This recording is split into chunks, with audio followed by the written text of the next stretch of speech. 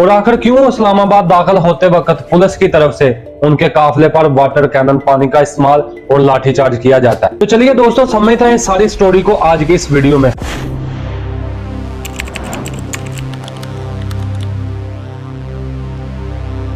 अस्सलाम वालेकुम, मेरा नाम है काशिफ फारूक और आप देख रहे हैं मेरा social media channel. Marang Bloch सूबा बलोचिस्तान के एक जिला कलात में एक मिडिल क्लास फैमिली में पैदा होती है।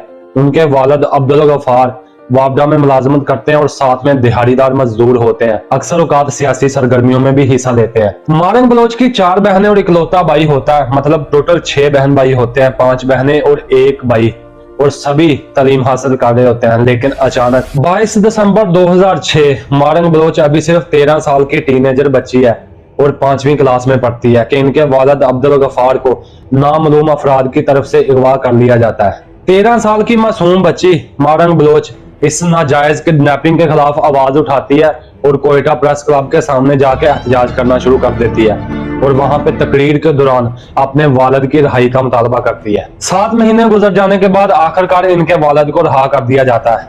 वालिद की रिहाई की खुशी ज्यादा देर तक बरकरार नहीं रहती और आखिरकार 2 साल गुजर जाने के बाद मारंग बलोच के वालिद अब्दुल गफार लांगू को नामालूम अफराद की तरफ से कराची अस्पताल जाते वक्त दोबारा अगवा कर लिया जाता है। याद रहे, इस वक्त मारंग बलोच की उम्र सिर्फ 16 साल होती है, लेकिन बाप की मोहब्बत में वो घर से बाहर निकलती हैं और एहतजाज करना शुरू कर देती हैं, रोना पीटना शुरू कर देती हैं। लेकिन कौन है जो उनकी सदा सुन सके और उसको इंसाफ दिला सके। जुलाई 2011, ठीक 2 साल बाद, मारंग बलोच की फैमिली को उनके वालिद अब्दुल गफार लांगू की लाश जख्मों से चूर मसक शुदा मिलती है। इस इंसिडेंट की वजह से मारंग बलोच की फैमिली की जिंदगी मुकम्मल तौर पर स्याह हो जाती है। खौफजदा और डरी हुई मारंग बलोच इसके बाद अपनी फैमिली समेत कोयटा से कराची मुंतकिल हो जाती हैं और वहां पर अपनी स्टडी को जारी रखती हैं, क्योंकि वो अपने एक रिकॉर्ड शुदा बयान में बताती हैं कि ये मेरे वालिद की फरमाइश थी कि मैं डॉक्टर बन सकूं। इसके बाद पॉलिटिक्स में आके अपने लिए और बलोच लोगों के हकूक के लिए आवाज उठा सकूं। लेकिन इनका यह ख्वाब भी आसानी से पूरा होने वाला नहीं था। पहले बाप की मौत के सदमे से निकले नहीं थे कि आखिरकार सितंबर 2016 ईस्वी को इनके घर के इकलौते कफील इनके भाई को नामालूम अफराद की तरफ से अगवा कर लिया जाता है। भाई के अगवा होने की खबर मारंग बलोच को अंदर से मुकम्मल तौर पर तोड़ देती है और यहां से शुरू होती है मारंग बलोच की असल कहानी। याद रहे, बलोचिस्तान में न सिर्फ मारंग बलोच के वालिद और भाई को अगवा किया गया है, बल्कि अब तक और से ज्यादा लोग मिसिंग हैं जिनका अभी तक कोई सुराग ना मिल सका है। भाई के अगवा होने के बाद मारंग बलोच अपना नकाब उतार फेंकती हैं और अपने वालिद भाई के साथ साथ दूसरे हजारों मिसिंग बलोच लोगों का मुकदमा लड़ने का इरादा कर लेती हैं। इसके बाद डॉक्टर मारंग बलोच अपनी पढ़ाई के साथ साथ तमाम किस्म के एहतजाजी मुजाहरों को भी लीड करती हैं।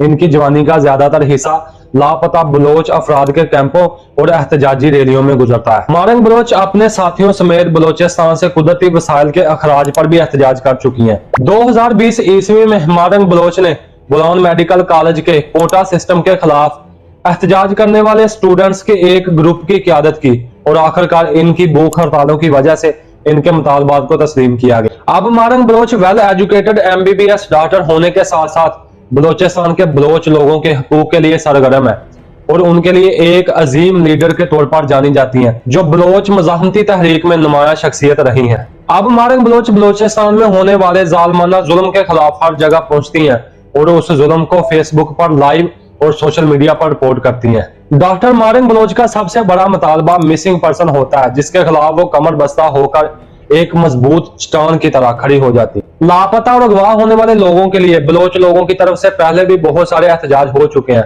जिनमें गुलजार बलोच का एहतजाज काबिल फरिश्त है और इसके अलावा भी बहुत सारे एहतजाज हो चुके हैं, लेकिन इनका कोई खातर खवा नतीजा नहीं निकल। फिर आखिरकार दर्जनों रंग बिरंगी पगड़ियों वाले बलोचों, ताकतवर वडेरों और आला ओहदों पर बैठे सरकारी डरपोक बलोचों में से एक 30 साल नौजवान लड़की मारंग बलोच इस गंदे बदबूदार निजाम के खिलाफ निकलने का इरादा करती है और बलोच यकजहती कमेटी बनाती है और खुद इसकी चेयरपर्सन बनकर इसको लीड करती है। कुछ हफ्ते पहले डॉक्टर मारंग बलोच जबरी गुमशुदगियों और मजालम के खिलाफ कोयटा से इस्लामाबाद की तरफ पैदल मार्च करने का ऐलान करती हैं और खुद इसको लीड करती हैं। इस मार्च में हजारों की तादाद में मर्द, औरतें और बच्चे मौजूद होते हैं जो इसका साथ देते हैं और इसके साथ कंधे से कंधा मिलाकर सफर पर निकलते हैं।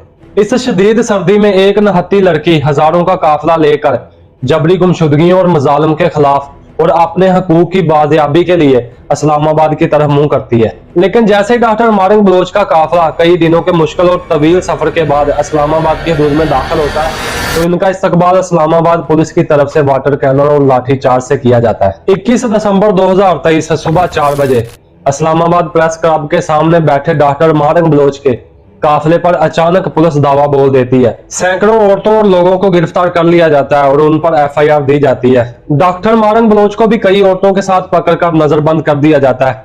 नजरबंदी के दौरान वो एक वीडियो रिकॉर्ड करती हैं और बताती हैं कि हम वापस कोयटा नहीं जाएंगे। उसके साथ वो अपनी साथ वाली औरतों से भी पूछती हैं कि क्या आप कोयटा वापस जाएंगी, जिसके जवाब में तमाम औरतें यकजा होकर कहती हैं कि हम कोयटा वापस नहीं जाएंगी। याद रहे, डॉक्टर मारिंग बलोच के पैदल मार्च का मकसद सिर्फ ये होता है कि हमारे लोगों को बेवजह अगवा ना किया जाए, उन पर झूठी FIR ना दी जाए, उनको तशद्दुद का निशाना ना बनाया जाए। अगर कोई कसूरवार है तो उसका कानूनी तरीके से कोर्ट में ट्रायल चलाया जाए और उसके नतीजे में उसे सजा दी जाए।